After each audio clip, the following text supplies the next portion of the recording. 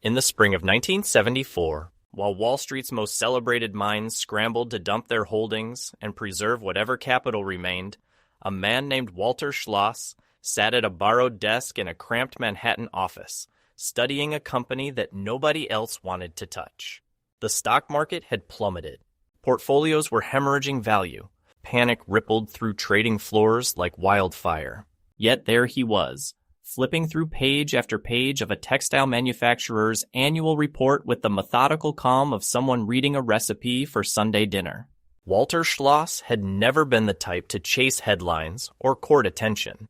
He possessed no Ivy League credentials, no team of analysts whispering market predictions into his ear. What he had was something far more valuable and infinitely more rare: the discipline to look where others refused to see. While investment banks published reports declaring the textile industry dead, while brokers advised clients to avoid manufacturing stocks at all costs, Schloss kept reading, page after page, line after line, and then, tucked away on page 47, buried in a footnote that most professionals would have skimmed past without a second thought, he found something extraordinary. The failing textile mill, hemorrhaging money quarter after quarter, owned parcels of prime commercial real estate scattered across 3 major cities. Properties acquired decades earlier when the company expanded during better times. Properties that sat on the balance sheet at their original purchase price, their true market value completely obscured by outdated accounting conventions. Schloss pulled out his calculator and ran the numbers 3 times to make certain. The real estate alone was worth nearly triple the company's entire market capitalization. The stock was trading at $12 a share. The land beneath those crumbling factories was worth at least $40. Every instinct cultivated by years of studying value investing told him this was exactly the kind of opportunity Benjamin Graham had taught him to hunt for. Assets hiding in plain sight. Market prices reflecting pessimism and fear rather than fundamental worth. This was the boring, methodical work that had already begun transforming his modest fund into something remarkable. He could buy the shares, wait for the market to recognize the discrepancy, then sell at a substantial profit. It was textbook value investing. Simple, logical, profitable.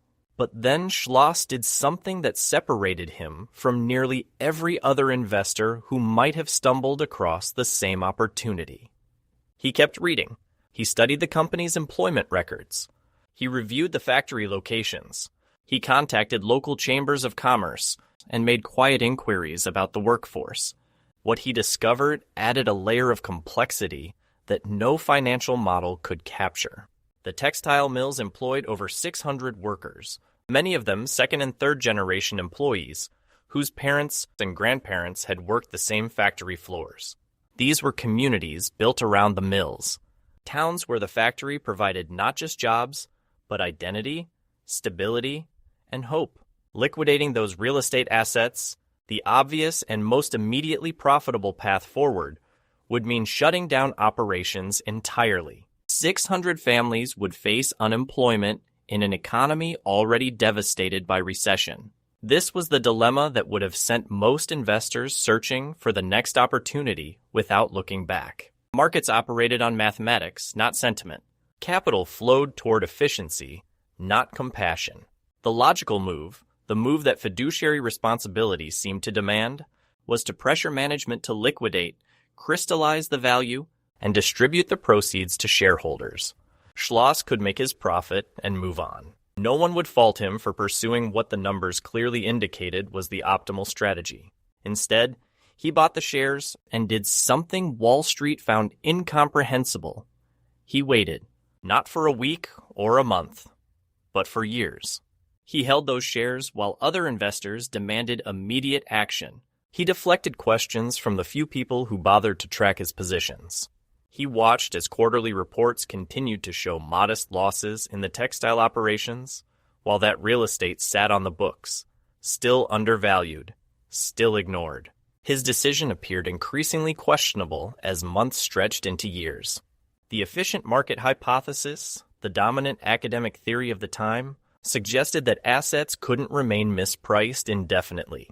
Someone else would spot the opportunity. Someone else would force the issue.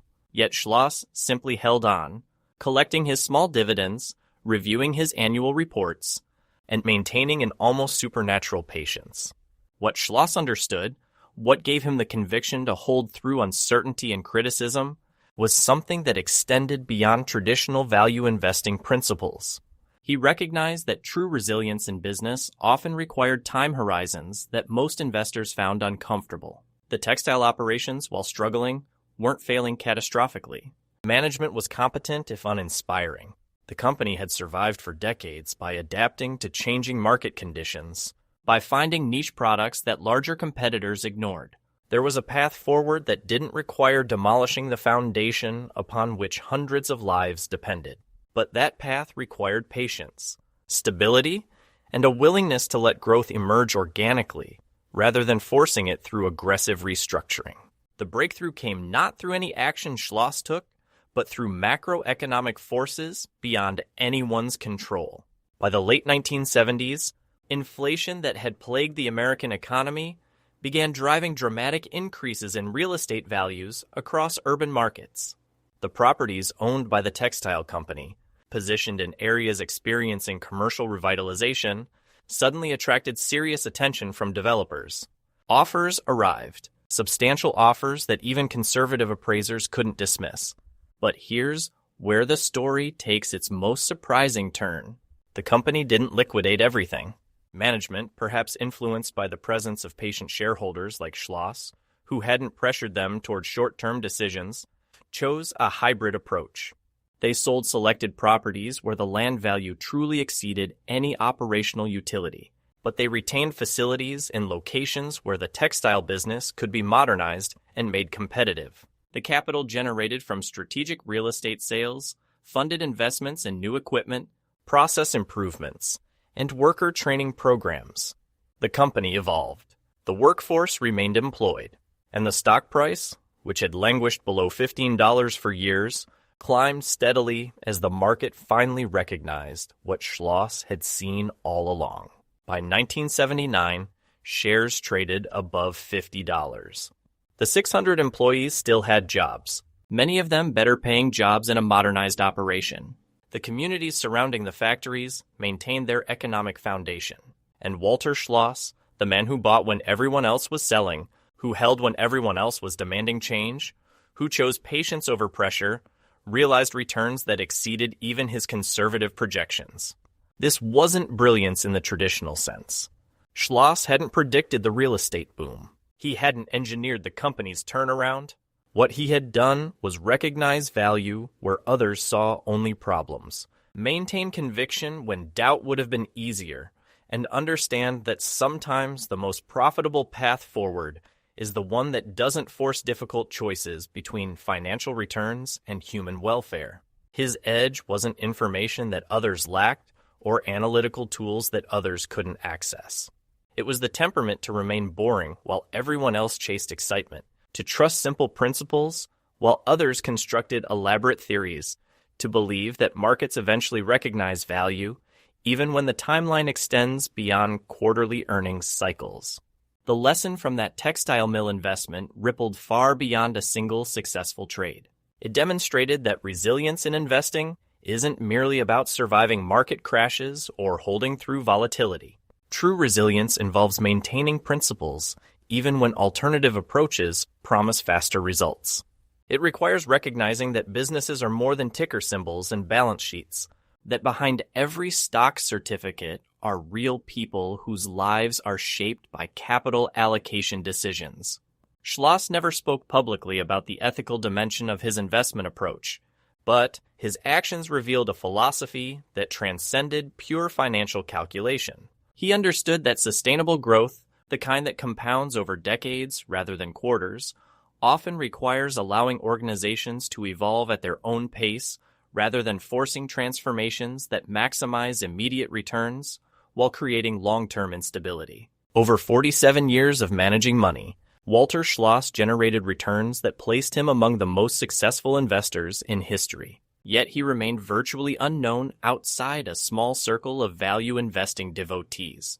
He never sought publicity, never built an empire, never tried to scale his approach beyond what one person working from a simple office could reasonably manage. His greatest achievement wasn't the wealth he accumulated, but the demonstration that boring, patient, principled investing could beat sophisticated strategies deployed by the best credentialed minds on Wall Street.